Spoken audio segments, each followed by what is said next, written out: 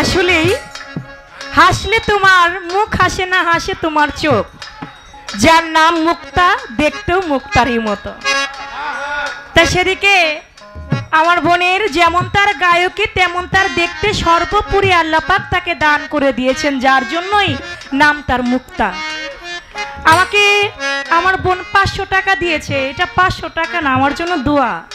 কারণ তার গান আমি অনেক ছোটবেলা থেকেই শুনি, অনেক গান শুনি এবং তার গান আমার অনেক ভালো লাগে। আমার আব্বাও তার গানের ভক্ত। আমার আব্বাও বলে যে মারে সবার সাথে তো তোমার গান হইলো, কিন্তু মুক্তা মায়ের সাথে তো তোমার গান হইলো না। আমি বললাম বাবা হবে, সামনে হবে, কারণ মেয়ে মেয়ে গান কম তো। আবার আরেকটা বায়নাও আছে, মার্চের 8 তারিখ। আগুন লাগিল হয় আগুন নিভাই কেমন করে, আগুন লাগাছে আগুন নিভাই কেমন করে, আমার আল্লাহ রে প্রেম হরে আগুন লাগছে যার অন্তরে, আমার আল্লাহ রে প্রেম জ্বালা জ্বলে যার অন্তরে, আমার আল্লাহ রে।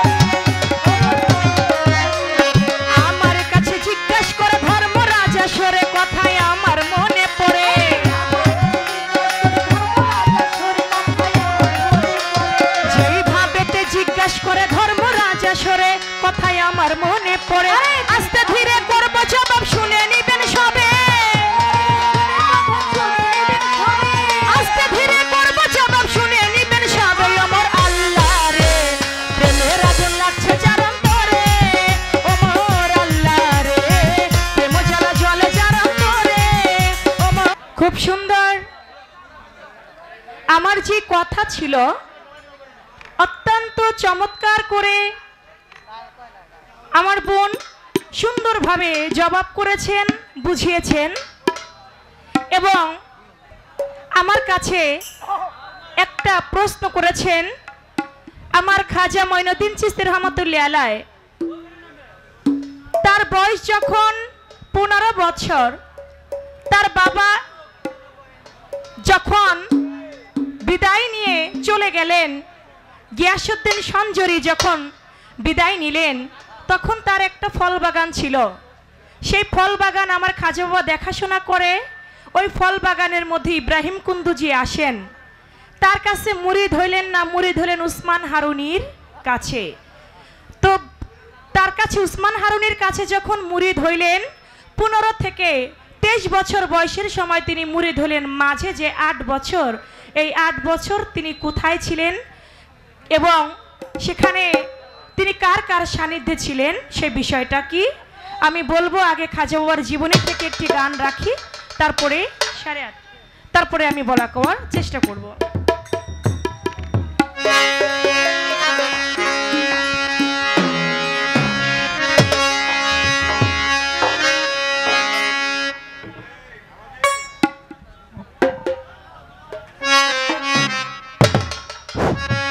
সাউন্ড সিস্টেম ভাই, আপনাকে বিশেষ অনুরোধ করছি, ইউটিউবারদের কিছু অভিযোগ আছে আপনার বিরুদ্ধে। তাদের ইউটিউবের লাইনটা পাইতে সমস্যা হয়। তারা আমাদের মেহমান অতিথি, তারা সারা বাংলাদেশে বিশ্বে আমাদের বাউল মিডিয়াকে তুলে ধরছে। আজকে আপনার সাউন্ড সিস্টেম ভালো হলে আগামী দিন আরেকটা আপনাকে দাওয়াত করব। তারা আমাদের অতিথি, তাদের সাথে তারা দুটো অভিযোগ আছে আমার কাছে, আমি সেটা বলবো না। তারা যখন আমার কথার পরে বলে যে ভাই সাউন্ড সিস্টেমে আমাদের সাথে ভালো ব্যবহার করছে, এই কথাটা আমি চাই তাদের সংযোগগুলো যাতে বিচ্ছিন্ন না হয়, এটার দিকে আপনি একটু খেয়াল রাখবেন। আমার মেহমান, আপনারও মেহমান, এলাকার ইজ্জত, আপনি তাদের সাথে সুন্দর সুসম্পর্ক বজায় রাখেন। ভোকালটা ঠিক করে দেন, ভোকাল ঠিক করে দেন, ভোকাল সুন্দর শোনা যায় না। দিন ইসলাম ভাই তিনি এসেছে, তার প্রতি সালাম জানাই। আমাদের ফরিদপুর গোপালগঞ্জ মুর্শিদপুর থেকে আমার সবুজ ফকির ভাই এসেছেন, আমি তার প্রতি সালাম জানাই। আমার বোন আলো সরকার, আমার বোন আলো সরকার এসেছে, আমি তার প্রতিও ভালোবাসা সালাম রাখছি। আর অনেকে এসেছেন আমাদের ফরিদপুর মুর্শিদপুর থেকে, সবার প্রতি আমার সালাম রইল। পিছনে আমার মায়েরা আছে, আপনারা একটু রাস্তাটা ক্লিয়ার করে দিবেন, ধন্যবাদ। আমার খাজার প্রেমের আশিক যারা, তারা খাজার ধ্যানে থাকে, খাজার ধ্যানে থাকলে ভক্ত নুরানি রূপ দেখে।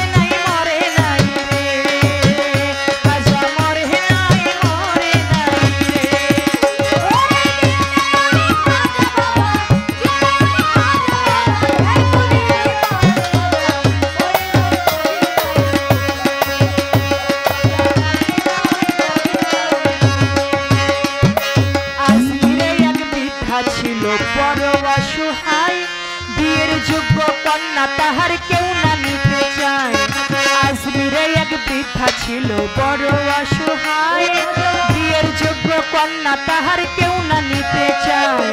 500 টাকা হলে কন্যা দিতে পারে বিয়া, কোথাও পাইল না টাকা, কান্দে ঘরে বইয়া। হঠাৎ করে মনে পড়ে জিন্দাই অলির কথা, গরিবেরই নেওয়াজ বুঝবে গরিবেরই ব্যথা। এক নিয়তে পাক দরবারে কেউ যদি যায়, তার মনের আশা পূরণ করে দয়ালু খাজায়। এক নিয়তে পাক দরবারে কেউ যদি যায়, তার মনের আশা পূরণ করে খাজা বাবা। ওই গরিবের চিন্তা করে, ওই গরিবের চিন্তা করে দরবারে যাই খাজা, মরে নাই মরে নাই রে, খাজা মরে নাই মরে নাই রে।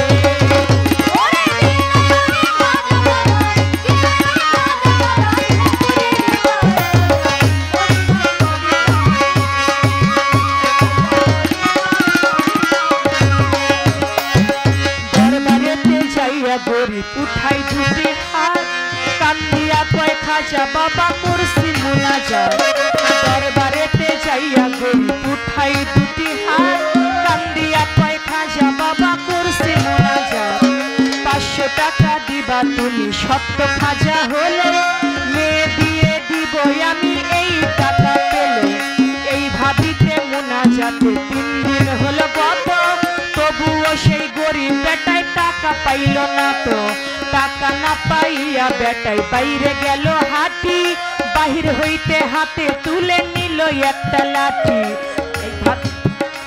ওরে 3টা বাড়ি মাইরা বেটাই গেল কিছু দূরে পিছন থেকে পাগলা বেটাই ডাক দিয়া কয়টারে পাগলের ডাক সইনা গরিব হইয়া গেল খারা গরিবের হাতে তুলে দিল 500 টাকার তোরা গরিব বলে টাকা চাইলাম খাজার দরবারে আমার খাজাই তো দিল না টাকা চাচ্ছি খালি ফিরে তোমার টাকা কেন নেব তোমায় চিনি না পরিচয়টা না দিলে টাকা তো নেব না ওই পাগলাই কই পিছনে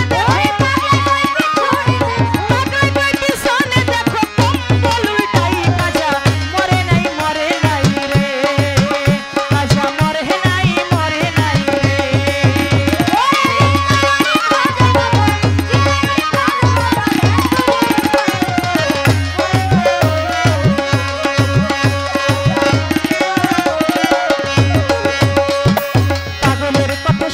গরিব গেল তার পিছনে যাইয়া দেখে 3টা বাড়ির দাগ রয় সেখানে গরিব বলে বাড়ি মারলাম খাজার ওরাও যায় এই 3টা বাড়ি দেখি পাগলের গায় গরিব বলে নিশ্চয় তুমি হইবা দয়াল খাজা পাউ ধরিয়া কান্দে বলে দাও আমারে সাজা পাউ ধরিয়া কান্দে গরিব কান্দে অনেকক্ষণ উপর দিকে মাথা গরিব উঠাইলো যখন দেখে পাগলাই গেছে গায়ে ধইয়া নাই রে আশেপাশে আমার খাজা বাবাই টাকা দিছে আইসা পাগল ভেসে টাকার লোভে হাইরে গরিব খাজা রে হারাইলি বিশ্বাস ছাড়া দেয় না ধরা খাজা আল্লাহর ওলি সত্য ওলি খাজা বাবা যে করে না বিশ্বাস তার নামাজ রোজা এলেম কালাম সবই সর্বনাশ যারা আল্লাহর ওলি তাদের কাছে যদি কিছু চাওয়া হয় কিছু মানত করা হয় সেই মানত আমার আল্লাহ পাক পূর্ণ করে দেয় কারণ আল ওলিয়াল্লাহ মতো আল্লাহর ওলিগণের কোনো মরণ নাই আল্লাহর ওলিগণ হচ্ছে আল্লাহর বন্ধু সূরা ইউনূস ৬২ নং আয়াতের মধ্যে বলেছেন যে আমার আল্লাহর ওলিগণের কোনো ভয় নাই তারা কোনো চিন্তিত না তারা কোনো দুঃখিত না আলা ইন্না আউলিয়া আল্লাহিল্লা খাউফুন আলাইহিম ওয়া লাহুম ইয়াহজানুন আমার আল্লাহর ওলির কোনো ভয় নাই তারা কোনো চিন্তিত না তারা কোনো দুঃখিত না আল্লাহর ওলিগণের কথা আমার আল্লাহ পাক নিজেই বলে দিয়েছেন সেই আল্লাহর ওলি আমার খাজা মঈনুদ্দিন চিশতি এখনো যদি কোনো মানুষ এক নিয়তে আমার খাজা বাবার দরবারে যায় তার মনের আশা আমার খাজা বাবা পূর্ণ করে দেয় এই যে আমার একজন ভাই এই ছোট বাচ্চাটা কোলে নিয়ে আমাকে মালাটা পরিয়ে দিলেন বললেন আপা আমার বাবু হয় না আমার এই বাচ্চাটা হয় না আমি আমার মুর্শিদের দরবারে মানত করেছি মানত করাতে তার দয়ালের কৃপায় আমার আল্লাহ পাক আমাকে একটা সন্তান দিয়েছে দেওয়ার মালিককে আল্লাহ দেওয়ার মালিককে আল্লাহ উসিলাকে উসিলা হচ্ছে পীর মুর্শিদ উসিলা ব্যতীত কোনো কিছু হয় না যাহা কিছু করবেন না কেন উসিলা দরকার আছে চুরি করলে চোরেরও একটা উস্তাদ আছে আপনি ড্রাইভারি করবেন ড্রাইভারেরও একজন উস্তাদ আছে আর আপনি একজন মুসলমান হবেন মুসলমান হইতে গেলে মুসলমান শব্দের অর্থ আত্মসমর্পণকারী আত্মসমর্পণ করতে হবে কার কাছে আমার গাউসুল আজম মাইজ ভান্ডারীর মতো একজন আল্লাহর ওলির কাছে যারে দেখলে রোগ থাকে না বাজান ভোগ থাকে না গায় যারে দেখলে জীবনের কথা ভুল পড়িয়া যায় এমন একটা সোনার মানুষ পাও যদি সংসারে জীবন যৌবন সইপা দিও তার চরণের উপরে ওই মানুষটাকে দেখলেই তোমার হৃদয় মাঝে আনন্দ জাগবে যাকে দেখলেই তোমার হৃদয় মাঝে আনন্দ তাকে বুকে জড়িয়ে ধরো ওই তো স্বয়ং গোবিন্দ দিয়া তার প্রতি অঙ্গে প্রতি অঙ্গ করিয়া গোবিন্দ সঙ্গ উথলিবে প্রেম তরঙ্গ তো তাপিত দেহ শীতল হবে। এই জন্য উসিলা ধরতে হবে, চাওয়ার মতো চাইতে হবে দেওয়ার মালিক আল্লাহ। প্রশ্ন করলেন আমার কাছে, প্রশ্নের জবাব দিতে হবে। তো প্রশ্নটা কি?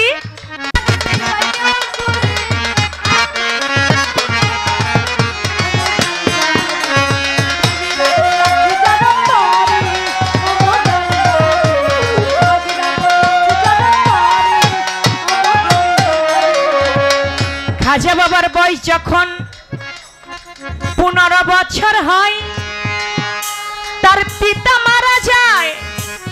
পিতা যখন তার বিদায় নেয়, ইব্রাহিম কুন্দুজি নামক একজন আল্লাহর ওলি আমার খাজা বাবার সঙ্গে দেখা হয়। একটা ফল বাগান ছিল, ফল বাগানের দেখাশোনা করে আমার খাজা বাবা। বাগানের ফল বিক্রি করে খাজা বাবা তার জীবিকা, তার জীবন সংসার তিনি চালায়।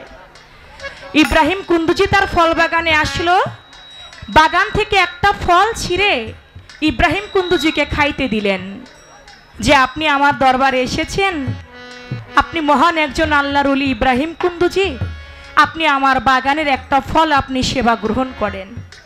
ইব্রাহিম কুন্দুজি সেই ফলটা অর্ধেক খাইলেন, অর্ধেক খেয়ে চাপাইয়ে আমার খাজা বাবার মুখের মধ্যে দিলেন। ওই অর্ধেক খাওয়া ফলটা আমার খাজা বাবা যখন মুখের মধ্যে দিয়া তিনি চাবাইলেন, চাবানোর সঙ্গে সঙ্গে আমার খাজা বাবার এলমে লাধুনি খুলে গেল। 7 তবক জমিন 7 তবক আসমান আমার খাজা বাবা এক জায়গার মধ্যে বৈশাই তিনি দেখতে পাইলেন। যখন এক জায়গার মধ্যে বৈশা দেখতে পায়, আমার খাজা বাবা বলে, আমি জানি কেমন হয়ে গেলাম রে, আমি যে 7 তবক জমিন 7 তবক আসমান কি ফল আমায় খাওয়াইলো, আমি যে এক জায়গার মধ্যে বৈশাই সব দেখি। আল্লাহর ওলি ইব্রাহিম কুন্দুজি, আপনি যদি দয়া করে আমাকে মুরিদ করতেন, আমার জীবনটা ধন্য হয়ে যেত। ইব্রাহিম কুন্দুজি বলে, বাবা আমি তো মজ্জু মলি, যারা মজ্জু মলি তারা কখনো মুরিদ করাইতে পারে না, কিন্তু তাদের হাজার হাজার আশেকান ভক্ত থাকে। বাবা আমি তোমাকে মুরিদ করাইতে পারবো না, তবে আমি একজন আল্লাহর ওলির নাম বলে দেই, তুমি তার কাছে গিয়ে বায়াত গ্রহণ কইরো। বলে কার কাছে? বলে উসমান হারুনির কাছে তুমি মুরিদ হইও। এটা বলে ইব্রাহিম কুন্দুজি চলে গেলেন। এর মধ্যে আমার বোনের কথা, 8 বছর আমার খাজা বাবা কোথায় ছিলেন? 23 বছর বয়সের সময় তো তিনি উসমান হারুনির কাছে মুরিদ হইলেন, বাকি 8 বছর তিনি ছিলেন কোথায়? তিনি তার স্থান থেকে তিনি চলে গেলেন সমরকন্দ। ওই সমরকন্দে গিয়ে তিনি ইসলামিক শিক্ষায় তিনি দীক্ষিত হইতে লাগলেন। ইসলামিক শিক্ষায় যখন তিনি শিক্ষিত হন, চলে গেলেন ইউসুফ বিন আয়াতের কাছে। তার কাছে ছিল কতদিন, তিনি এমনি ভাবে দেশ ভ্রমণ করতে থাকে, এক একটা গ্রামে এক একটা এলাকায় গিয়ে তিনি লেখাপড়া, যেই জাহিরি যে বিদ্যাটা, জাহিরি যে শিক্ষাটা, সেটা তিনি অর্জন করতে থাকেন। সমরকন্দ চলে গেলেন। সমরকন্দ তৎক্ষণাৎ ওইখানটা ছিল একটা ইসলামী শিক্ষা কেন্দ্রস্থল। ওইখানে তিনি জাহিরি যে শিক্ষাটা, সেখান থেকে তিনি নিলেন। কার কাছ থেকে নিলেন? হিশাম উদ্দিন বুখারীর কাছ থেকে। হিশাম উদ্দিন বুখারী রহমতুল্লাহ আলাইহির কাছ থেকে তিনি যখন 8 বছর তিনি জাহিরি শিক্ষা অর্জন করলেন, ওই হিশাম উদ্দিন বুখারী বলতে লাগলো, আমি খাজা মঈনুদ্দিনকে 8 বছরে আমি যা শিক্ষা দিয়েছি জাহিরি বিদ্যা, আমি 20 বছরও আমার কোনো ছাত্রদেরকে আমি এত পরিমাণে শিক্ষা দেই। 8 বছরে খাজা মঈনুদ্দিন যা অর্জন করেছে, 20 বছরও আমার কোনো ছাত্র সেটা অর্জন করে নিতে পারে নাই। তো সেখানে তিনি জাহিরি বিদ্যা, ইসলামের বিদ্যা তিনি অর্জন করলেন, দেশ ভ্রমণ করলেন। এমনি ভাবে তার 8 বছর চলে গেল। তখন তিনি ত্যাগ করলেন, তখন তিনি বুখরা ত্যাগ করলেন। ত্যাগ করে চলে গেল চিস্তা আমার উসমান হারুনির কাছে। উসমান হারুনির কাছে গিয়ে আমার খাজা মঈনুদ্দিন চিস্তি 23 বছর বয়সের সময় তিনি বায়াত গ্রহণ করলেন, তিনি মুরিদ হয়ে গেলেন মুরিদ হয়ে, বায়াত হয়ে তিনি বাতুনি শিক্ষা তিনি উসমান হারুনের কাছ থেকে তিনি অর্জন করে নিলেন।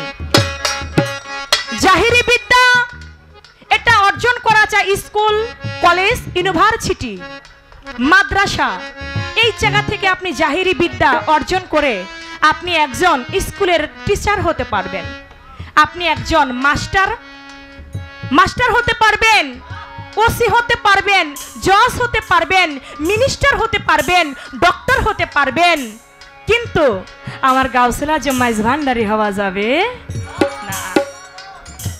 আমার গাউসুল আজম মাইজ ভান্ডারি হইতে গেলে ওই ভান্ডারির স্কুলে লেখাপড়া করতে হবে, ওই তরিকতের স্কুলে লেখাপড়া করতে হবে। সিনাই সিনাই সেই ভেদ আদান প্রদান করা হয়, যেই ভেদ কখনো স্কুল কলেজ মাদ্রাসায় গিয়ে হয় না। তাই তিনি বাতুনি শিক্ষা লাভ করবার জন্য উসমান হারুনের কাছে মুরিদ হইলেন। এখন আমার তো একটা প্রশ্ন করতে হয়, কি প্রশ্ন করব দেখলেই তো ভাল লাগে। হ্যাঁ,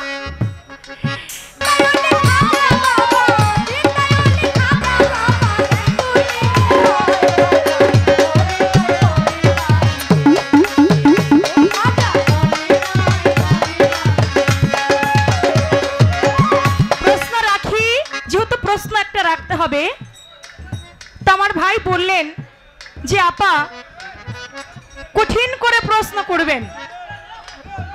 আসলে কঠিন করে জীবনী থেকে, খাজা বাবার জীবনী, বড় পীরের জীবনী, এটা কঠিন আর সহজের কোনো বিষয় নাই। জীবনীতে যা আছে তার থেকে প্রশ্ন করতে হবে। এটা কঠিন হলে কঠিন, আবার সহজ ভাবলে সহজ। তা আমার বোনের কাছে প্রশ্ন থাকবে, আপনি বলবেন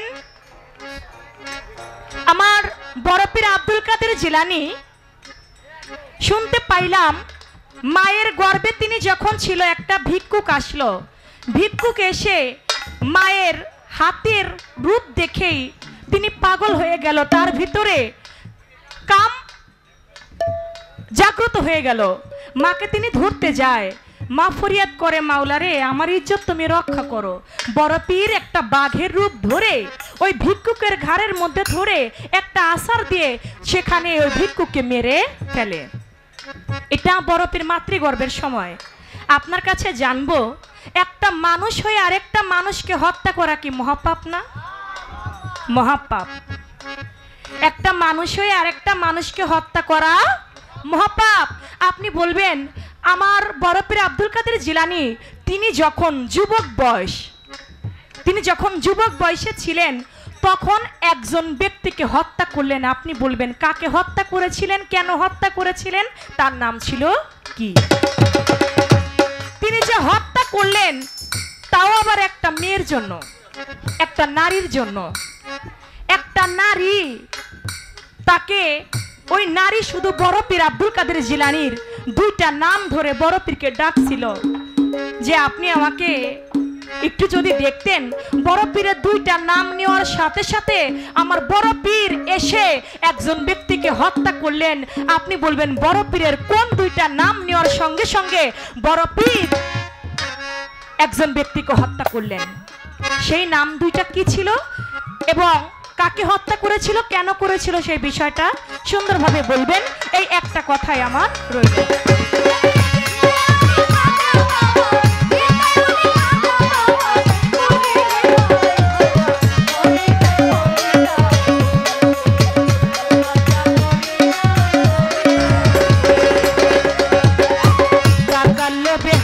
গরিব খাজারে হারাইলি, বিশ্বাস ছাড়া দেয় না ধরা খাজায় আল্লাহ বলি। সত্য বলি খাজা বাবা যে করে না বিশ্বাস, তার নামাজ রোজা এলেম কালাম সবই সর্বনাশ। এখানে আমার কিছু ভাইয়েরা ও আমার একজন ভাই যার দাওয়াতে আমি আসছি, তিনি বললেন বোন পালাটা আজকে একটু নরমাল হয়ে গেছে। আপনারা তো অনেক বড় মাপের শিল্পী, পালার জন্য, পালার ক্ষেত্রে তো আপনারা বিখ্যাত, কিন্তু আজকের পালাটা খাজা বড় পীর না দিয়ে অন্য পালা দিলে হয়তো গুরু ভাবের কিছু কথা আমরা শুনতে পাইতাম, ভক্তের কিছু কথা শুনতে পাইতাম। যদিও খাজা বড় পীরের জীবনী একটু গুরু ভক্তের যে বিষয়টা, এইটাও একটু তুলে ধরবেন। দেখেন খাজা বরফির পালাটা কিন্তু ছোট পালা না। যারা বুঝে তারা জানে যে পালাটা কত কঠিন। এই খাজা বরফির পালার মধ্যেই গুরুর কথা আছে, এই খাজা বরফির পালার মধ্যেই শিষ্যর কথা আছে, যদি ভাবুক বুঝে নিতে পারে। তাই পালা গান বুঝতে হলে আগে ভাবুক হইতে হবে। ভাবুক না হইলে পালা গান শোনার মিছা কথা বলা সমান কথা। এই জন্য বাবা, এই যে আমার খাজা মঈনুদ্দিন চিশতি, তার একজন ভক্ত ছিল যার নাম ছিল কুতুবউদ্দিন বখতিয়ার কাকি। কুতুবউদ্দিনকে একদিন ডাক দিলেন খাজা বাবা, কুতুবউদ্দিন, আমি কত দেশে দেশে ইসলাম প্রচার করলাম, ধর্মের দাওয়াত দিলাম, তুমি চলে যাও ভারত দিল্লি শহরে। দিল্লি শহরে গিয়ে তুমি মানুষকে ইসলামের দাওয়াত দাও, ধর্মের দাওয়াত দাও। বলে খাজা বাবা, দিল্লি শহর তো কত বড় একটা শহর, ওই শহরের মধ্যে গিয়ে আমি যদি কোনো বিপদে পড়ে যাই তখন তুমি কি আমাকে রক্ষা করবা? আমার খাজা বাবার চরণে একটা ভক্তি দিল।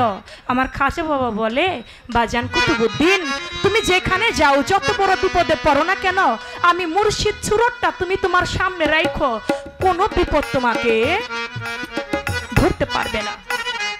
খাজা বাবার চরণে ভক্তি দিয়ে চলে গেল কুতুবউদ্দিন বখতিয়ার কাকি দিল্লি শহরে।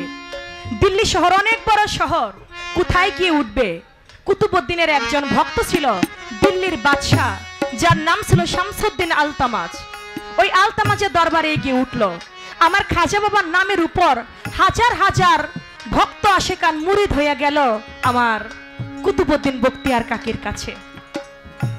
যখন মুরিদ হয়ে গেছে, কিছু সংখ্যক লোক আছে না বাবা আমাদের সমাজে যারা আমার মাইজ ভান্ডারীকে বিশ্বাস করে না? আছে কিন্তু যারা গাউসুল মাইজ ভান্ডারীকে বিশ্বাস করে না, আল্লাহর ওলিদের বিশ্বাস করে না, আমার সানাল চানকে বিশ্বাস করে না, সুরেশ্বরীকে বিশ্বাস করে না, আল্লাহর ওলিদের বিশ্বাস করে না, এমন লোক কিন্তু আমাদের সমাজে এখনো আছে। এই লোকগুলা কিন্তু আমার খাজা বাবার বেলায়ও ছিল। তারা বলতে লাগে কিসের খাজা, কিসের কুতুবউদ্দিন। এমনি ভাবে যদি চলে তাহলে আমাদের বাপ দাদার ধর্ম নষ্ট হইয়া যাবে। যেমনি হোক, খাজা বাবা ভক্ত কুতুবউদ্দিনকে বাদশাহ আলতামাজের দরবার থেকে তাড়াই দিতে হবে। কয়েকজন লোক মিলে একটা মিটিং করলো। তার মধ্য থেকে একজন বলে, আমি জানি কেমন করে কুতুবউদ্দিনকে দিল্লি শহর হতে তাড়াইতে হয়। বলে কেমন করে?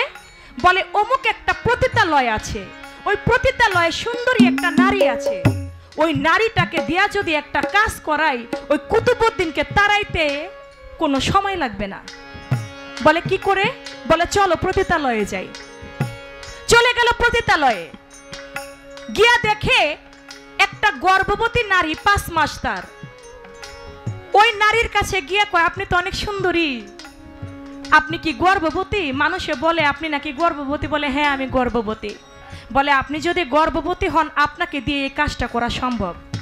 বলে কি সম্ভব? বলে আজমির থেকে খাজা বাবার একজন ভক্ত আসছে কুতুবউদ্দিন, ধর্মের দাওয়াত দিয়া মানুষকে মুসলমান বানাই ফেলাইতাছে, মানুষকে মুরিদ করাইয়া একবারে জাহিলিয়াতের পথে নিয়ে যাইতাছে। কয় কি কোন? কহ মানুষরে মুরিদ করাইয়া আমাদের বাপ দাদা ধর্মই নষ্ট করে দিতাছে।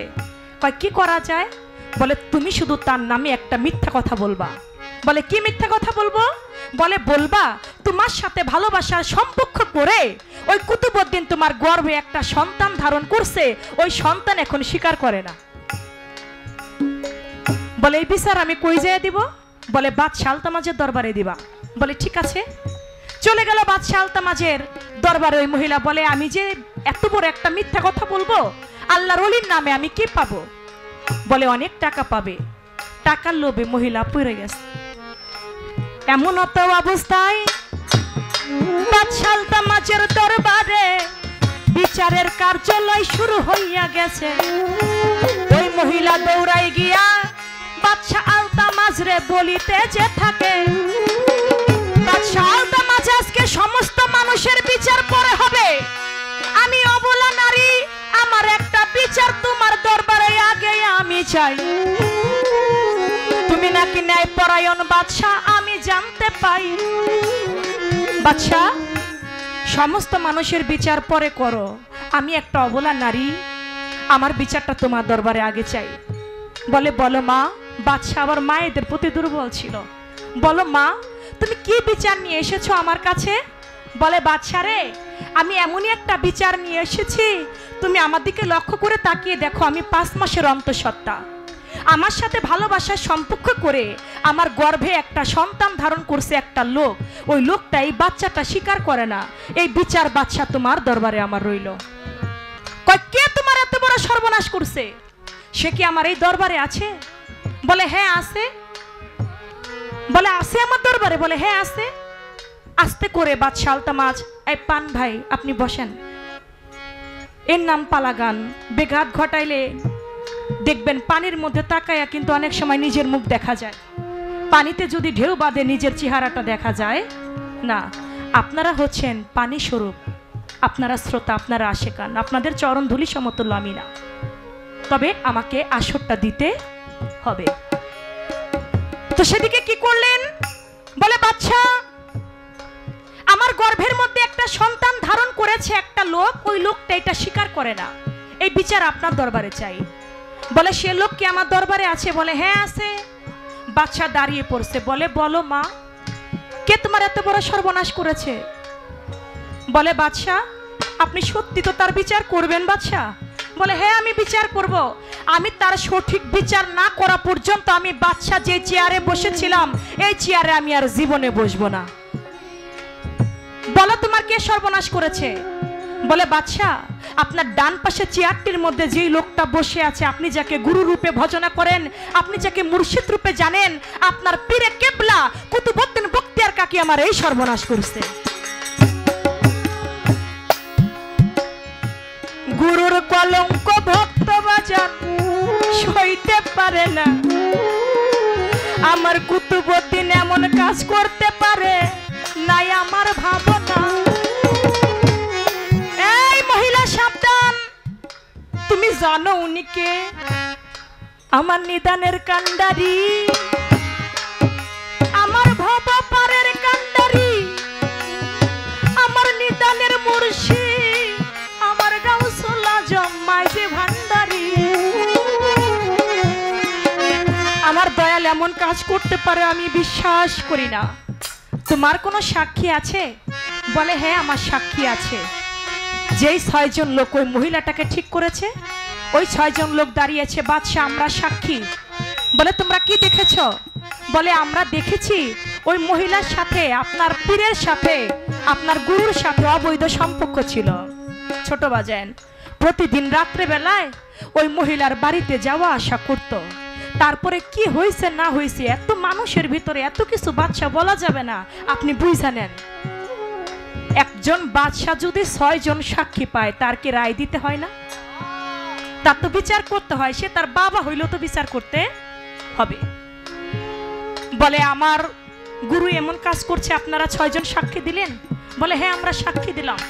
বলে তাই যদি হয় দয়াল কুতুবউদ্দিন, আমি খাজা বাবাকে বিশ্বাস করে আপনাকে আমার হৃদয়ে আমি ঠাঁই দিয়েছিলাম। আমার মনে হয় আপনি কুতুবউদ্দিন আমার খাজা বাবা এক না, আপনি ভণ্ড। আপনি এই মুহূর্তে আমার দরবার হতে চলে যাবেন, আর কোনোদিন আমার দরবারে আসবেন না। আপনার জন্য এটাই অপবাদ স্বরূপ, এটাই আপনার বড় শাস্তি। আপনি কখনো আমার এই দরবারে আসবেন না, আপনি আমার দরবার হইতে এই মুহূর্তে চলে যান। আচ্ছা, কোনো ভক্ত যদি কোনো গুরুকে তাড়িয়ে দেয় তার থেকে অপমান কি আর হইতে পারে? অনেক বড় অপমান। অপমানটা বুকে নিয়া চেয়ার থেকে উঠা দাঁড়াইলো। উঠা দাঁড়াইয়া কয়, কুতুবউদ্দিন তুমি না দিল্লি শহরের বাদশা? ও কুতুবউদ্দিন, আজকে 6 জন লোক সাক্ষী দ্বারা আমি তোমার গুরু, আমাকে তুমি বিশ্বাস করলা না, দরবার হতে তারাই দিতেছ। এমন খারাপ কাজ আমি করছি কিনা? তুমি কেমন বাদশা হইছো? একটা বার তো আমার কাছে আমার একটা সাক্ষী চাইলা না। আমারও তো একটা সাক্ষী থাকতে পারে আমি এত বড় পাপ কাজটা করছি কিনা। ভক্ত বলে, দয়াল আপনার কোনো সাক্ষী আছে? বলে বাদশা তুই আমার এখন জিজ্ঞেস করলি, আছেই তো আমার সাক্ষী। তুই আমার 2টা মিনিট সময় দে, আমি আমার সাক্ষীকে হাজির করব আমি এত বড় খারাপ কাজ করছি কিনা। ডাকে আমার খাজা বাবাকে।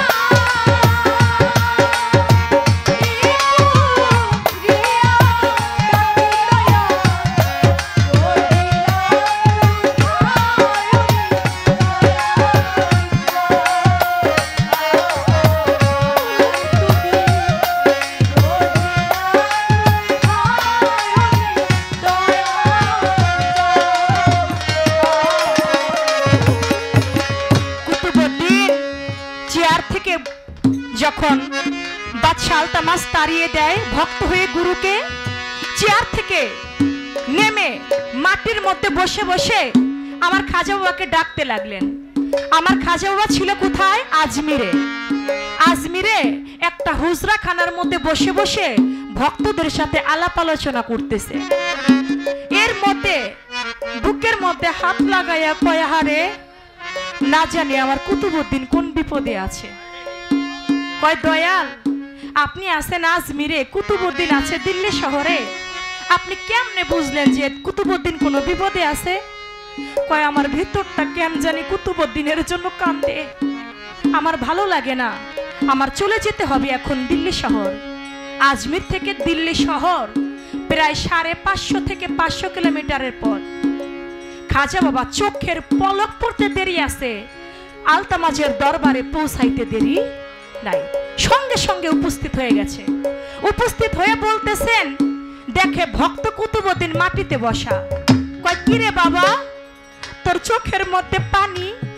আমার মন বলতেছিল তুই আমারে ডাকতেছিলিস। এক কুতুবউদ্দিন, তুই কি আমাকে ডাকতেছিলিস বাবা? আপনাদের খারাপ লাগে কারো কাছে? ভালো লাগলো। বলে, বাবা আমার মন বলতেছিল তুই আমাকে ডাকতেছিলি, তোর কি বিপদ হয়েছে রে? তোর চোখের মধ্যে পানি, কত মানুষ চেয়ারে বসে আছে, তুই যে মাটিতে বসা, কারণ কি? বলে, দয়াল ছোটবেলায় বাবাকে হারিয়েছি, জন্মের পরে মা, জ্ঞান হবার পরে মুর্শিদ, আমি জীবন যৌবন তোমারে সইবা দিছি, তুমি ছাড়া নাই সাক্ষী আমার, নাই কোনো সান্ত্বনা, তুমি ছাড়া আমার কোনো সাক্ষী নাই, আমার কোনো সান্ত্বনা নাই। ছোটবেলা বাবাকে হারিয়েছি, জন্মের পরে মাকে হারিয়েছি, আমি তোমাকে আমার জীবন যৌবন সব সইপা দিছি, তুমি ছাড়া আর বড় সাক্ষী আমার কেউ নাই। ও খাজা বাবা, তুমি যদি সত্যি একজন আল্লাহর ওলি হও, তাহলে তুমি আজকে বলবে ওই মহিলার গর্ভের মধ্যে যে সন্তান আছে, ওই সন্তানটা আমার নাকি অন্য কারো? বলে, এর জন্য বুঝি তুমি আমাকে মনে মনে ডাকতেছিলা কুতুবউদ্দিন? কয়, বাজান রে, ভক্তের নিদানে মুর্শিদ বিনে তো আর কান্নারি নাই, তাই আমি তোমাকে ছাড়া আর কোনো সাক্ষী খুঁজে পাই নাই, তাই আমি তোমাকেই ডাকছি। কয়, বাজান এই যে তুমি ওই মহিলার গর্ভে তোমার সন্তান, এই কথা বলছে কে? বলে, ওই মহিলা বলছে। বলে, সাক্ষী কারা?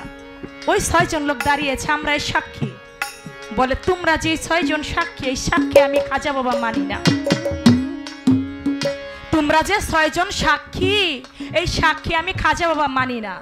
আমি সাক্ষী মানি ওই মহিলার গর্ভে যে সন্তানটা আছে, ওই সন্তানের সাক্ষী আমি মানি। দরবারে যত লোক ছিল সবাই দাঁড়িয়ে পড়েছে। কি বলে, এই লোকটা কই থেকে আসছে, কি বলে? বলে, হ্যাঁ এই সাক্ষী মানি নাই, গর্ভের মধ্যে 5 মাসের যে সন্তানটা আছে ওর সাক্ষী আমি মানি, এ ব্যতীত কোনো সাক্ষী আমি মানি না। আপনারা কি বলেন? সবাই বলে, হ্যাঁ ঠিক আছে তাই হবে। আমার খাজা বাবা তার শাহাদাত আঙ্গুলি ইশারা দিয়ে বলতেছে, হে গর্ভের সন্তান, তুমি বলো তোমার পিতাকে, তোমার বাবাকে। গর্ভের সন্তান আমার খাজা বাবাকে একটা সালাম দিছে, সালাম দিয়ে বলে, খাজা বাবা আমার পিতা আপনার কুতুবউদ্দিন না, আপনার কুতুবউদ্দিনকে তাড়াইবার জন্য ওরা 6 জন লোক কেবল একটা ব্যবস্থা করেছে। আমার পিতা আপনার কুতুবউদ্দিন না, আমার পিতা ওই 6 জনের মধ্যে একজন মাংসের দোকানদার। আপনার কুতুবউদ্দিন নির্দোষ, আপনার কুতুবউদ্দিনের কোনো দোষ নাই। তুই পরে দেখবি ঝড় তুফানে, তুই পরে দেখ তুফানে, দয়াল চান তোর সামনে খাড়া, ভবে তার ভরা কি যাই রে মারা, মুর্শিদ নাম যা হৃদয় ভরা, তার ভরা কখনো মরে। এজন্য বাবা আমার খাজা বাবার জীবনী যদি আমি বলা করি সারা রাত্র শেষ হবে না। গুরু ভক্তের কাহিনী, অগণিত কাহিনী খাজা বাবার জীবনীতে, বড় পীরের জীবনীতে বললে এটা সারা রাত্র শেষ হবে।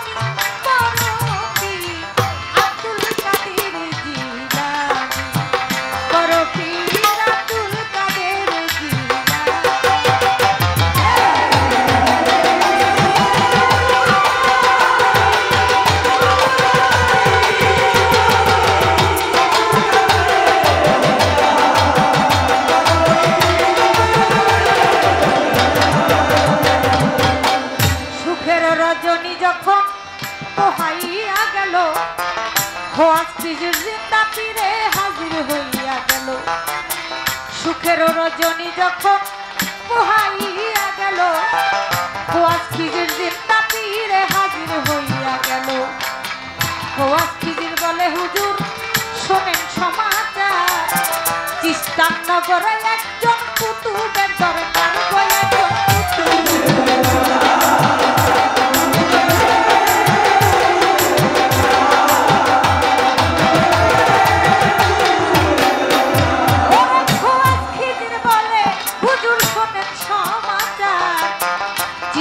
নগরে একজন কুতুবের দরকার ওরে কথা শুনে বড় পীরে বলিল তখনই আরে ও বড় পীর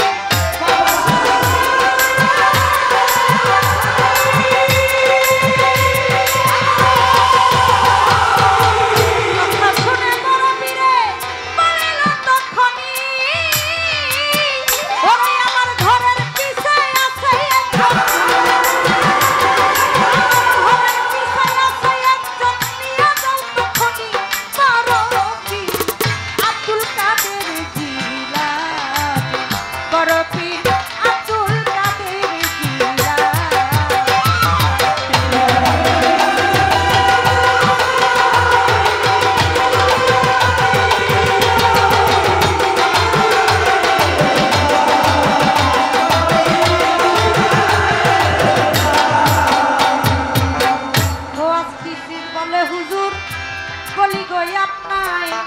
ঘরের পিছে চোর বেটাকে নিব কোন কথাই দয়া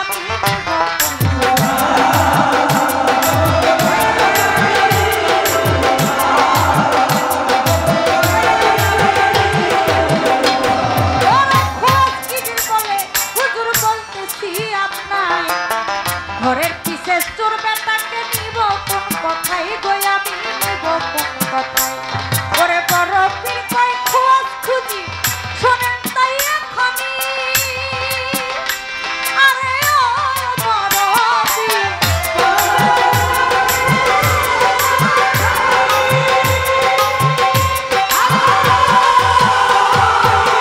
বড় পীর কই খোঁজ খুঁজি শোনেন তাই এখনি ওরে আমার দরবার হতে খালি হাতে খালি হাতে কেউ ফিরে না তখনই বড় পীর আব্দুল কাদের জিলানী বড় পীর আব্দুল কাদের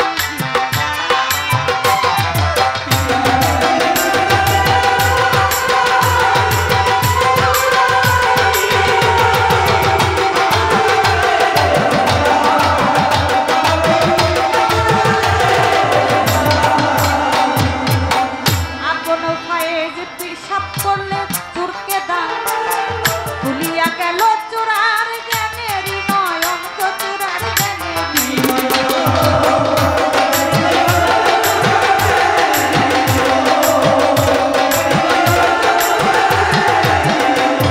ওরে আপন ফায়েজ পীর সাপ করলেন চোরকে দান ভুলিয়া গেল চোরার জ্ঞানেরই নয়ন তো চোরার জ্ঞানেরই নয়ন ওরে সত্য তালাই আকাশ জমি দেখতে পাই তখনই আরে ও বড় পীর সত্য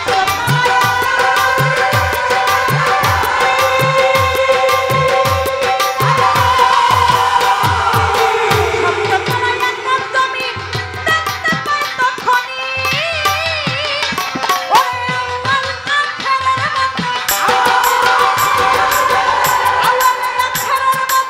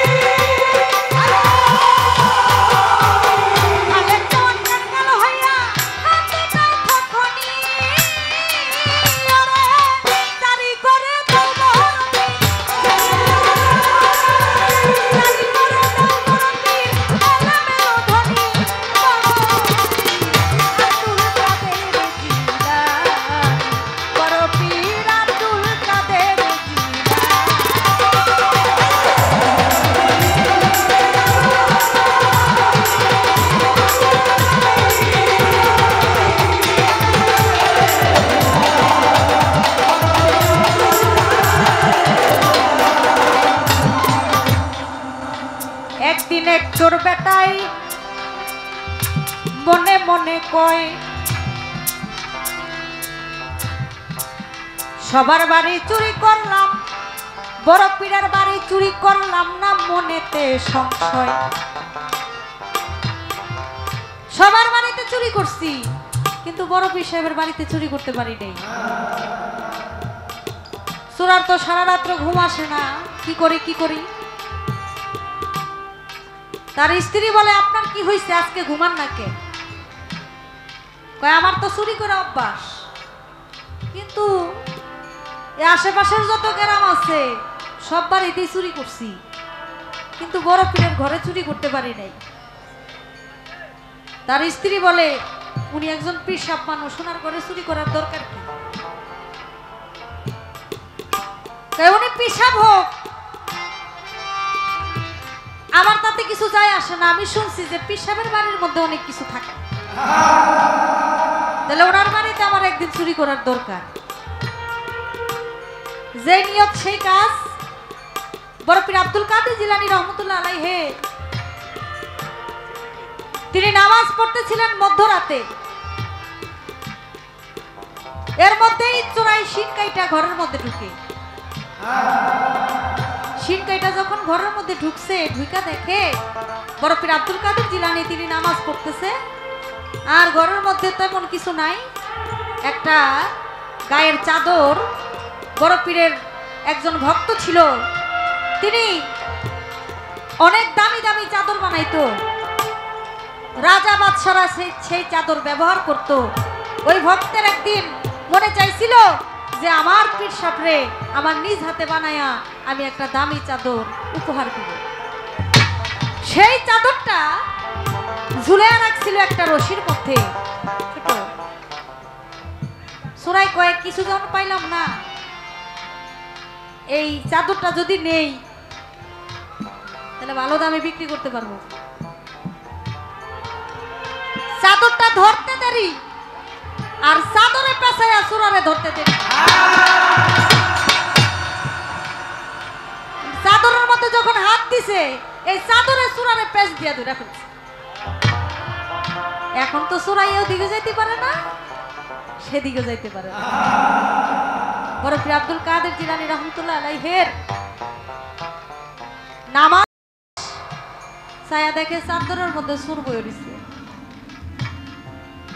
কয় বাবা তুমি এখানে?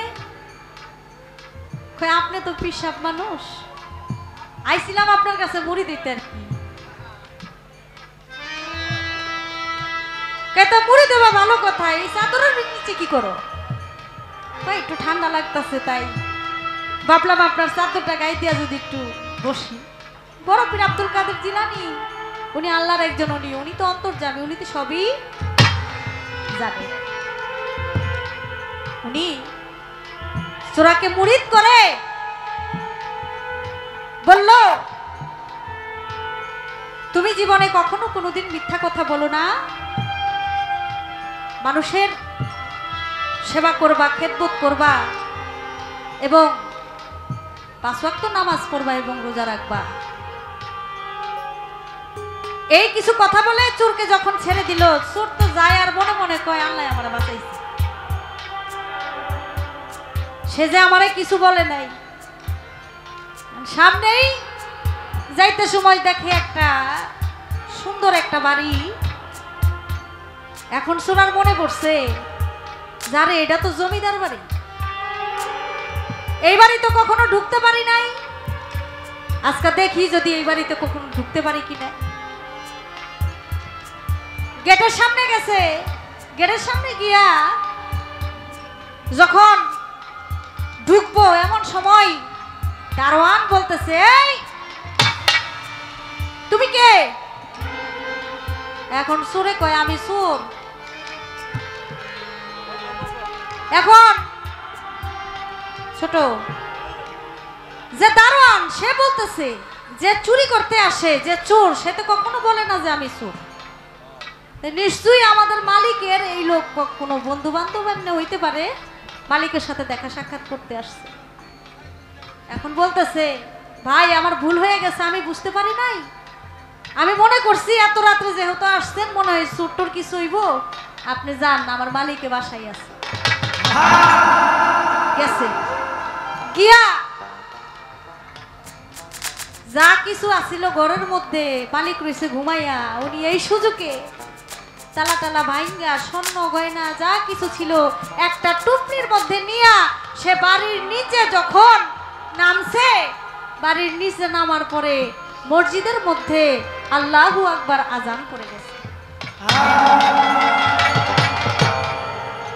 আজান পরে যখন গেছে তখন সে মনে মনে কয় আমার মনটা কেমন জানি করতেছে নামাজ পড়ার জন্য। সে ওযু করে পোটলাটারে সামনে রাইখা সে নামাজের জন্য দাঁড়ায় গেছে। সুর যখন নামাজ পড়তেছে এমন থাকতে ওই আজানের শব্দ শুনে বাড়ির মালিক উঠা দেখে তার আলমারি ভাঙা, স্বর্ণ অলংকার যা কিছু আছে সব লুট হয়ে গেছে। সে যখন চিৎকার দিয়া বাড়ির নিচে নামছে উপর থেকে, সে উপর থেকে নিচে নাইমা দেখে একটা লোক একটা পোটলার মধ্যে কি যেন কি রাইখা সে নামাজ পড়তেছে। এখন সুরের নামাজ পড়া শেষ, আর ওই বাড়ির মালিকে পায়ের মধ্যে জড়াইয়া ধরছে সুরের, বলতেছে বাবা আজকে যদি আপনি না থাকতেন তাহলে আমার এই স্বর্ণ অলংকার যা কিছু আছিল সব চুরি লয়ে যেত। এখন সুরে কইতাছে আরে বেটা আমি তো চোর। এখন বাড়ির মালিক কই দেখছো যে অন্যের দোষ নিজের ঘাড়ে নিতে পারে, হ্যাঁ এই তো মানুষ। কই বাজান আমারে মুরিদ করেন তাড়াতাড়ি। এখন সুরে কই এনতিকা তো বাঁচতেই বাবা, বড় পীর সাহেব যা যা ওনারে বইলা মুরিদ করছে, এখন ওই বাড়ির মালিকরে তাতা কইয়া মুরিদ কইরা ওইখান থেকে আইসা পড়ছে। সে আসে আর মনে মনে চিন্তা করে আমার হইলটা কি, আমি বড় পীরের বাড়ি থেকে যখন বের হলাম তখন থেকে আমি কেমন জানি হয়ে গেলাম, আমি মুখ দিয়ে মিথ্যা কথা আমার বের হচ্ছে না। দারোয়ান যখন জিজ্ঞেস করলো তুমি কে, আমি তো আসলেই চোর, কিন্তু আমি দারোয়ানরে বললাম আমি চোর, দারোয়ানে বিশ্বাস করলো না। আমি যখন কাট্টি বস্তা সব কিছু নিয়ে যাইতেছিলাম তখন বাড়ির মালিক আমার পায়ে ধরে বলে আমার কাছে সে মুরিদ হবে। আমি কেমন হয়ে গেছি, আমি তো আমার জায়গায় নাই, আমার আর এই কোনো কিছুর দরকার নাই। আমি আমার মুর্শিদের কাছে গিয়া আমি যা পাইছি আমি আমার মুর্শিদের চরণে এই দেহটাকে আমি সইপা দিতে চাই। সেই চোর চলে গেল বড় পীরের ধারে গিয়া বলে বড় পীর কি জানি হইছে আমার, দেখেন লক্ষ্য করে। বড় পীর আব্দুল কাদের জিলানী কই ওরে বাবা শোনো মন দিয়া, আমার দরবার হতে কেউ কোনোদিন খালি হাতে ফিরে না।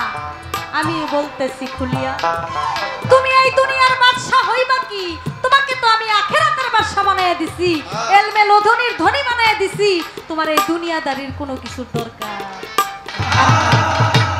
তাই কবি আলাউদ্দিন কবি খালেক দেওয়ান সাহেব এই গানের মধ্যে তিনি বলে গেছে এই ঘটনাটা।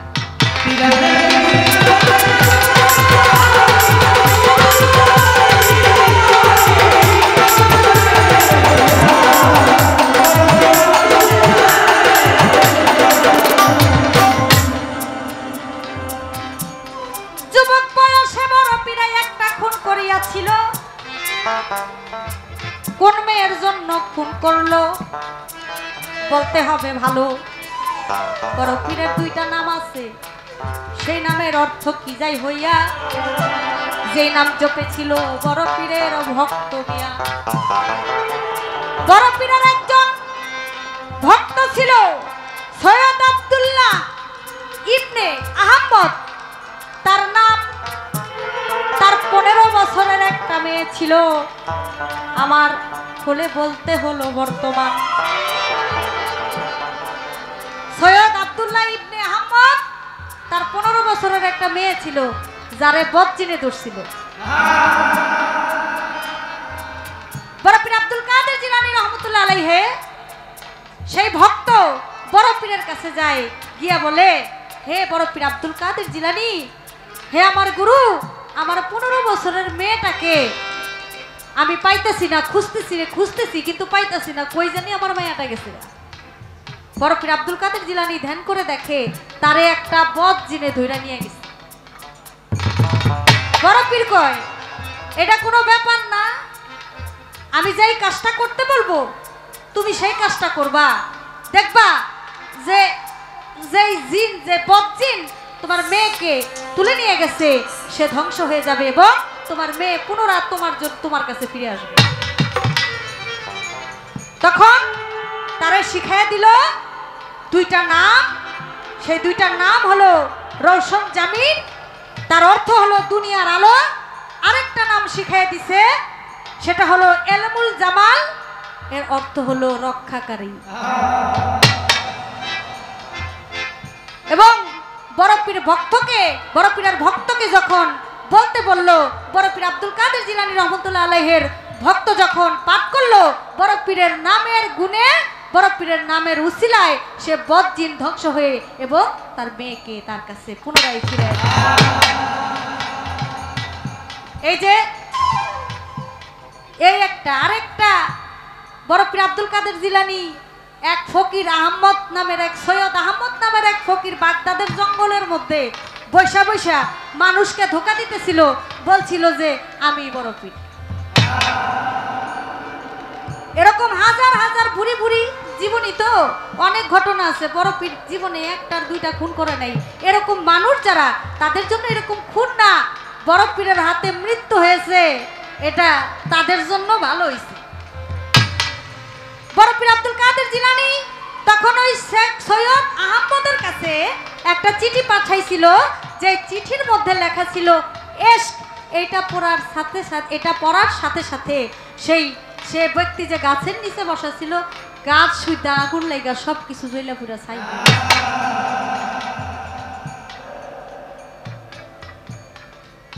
ছোট্ট করে তাহার কথার করলাম বর্ণনা,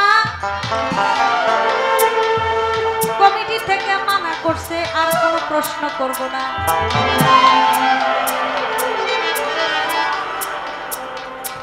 এবার গানে চলে যাই, আপনারা শুনিবেন সবাই, যতটুকু সময় আছে শুধু আমরা দুজন গান গাইতে চাই।